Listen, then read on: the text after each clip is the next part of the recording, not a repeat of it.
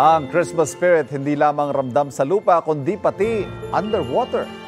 Binisita kasi ni Santa Claus ang ilang isda sa isang aquarium sa Munich sa Germany.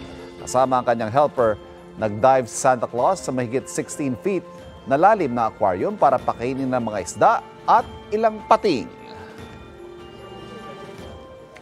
Maaga naman nakatanggap ng Christmas treats ang ilang hayop sa London Zoo sa United Kingdom. Kabilang dyan ang Sumatran tiger, squirrel monkey at meerkats. Magpapatuloy special festive event sa zoo hanggang January 7.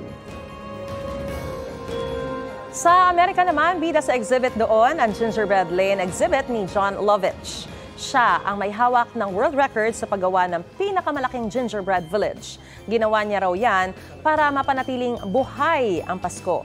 Bukas ang exhibit hanggang January 7. Libre namang ipamimigay ang maliliit na gingerbread house pagkatapos ng exhibit. Mga kapuso, para laging una sa mga balita, bisitahin at mag-subscribe sa GMA Integrated News sa YouTube. Sa mga kapuso abroad, samahan niyo kami sa GMA Pinoy TV at sa www.gmanews.tv.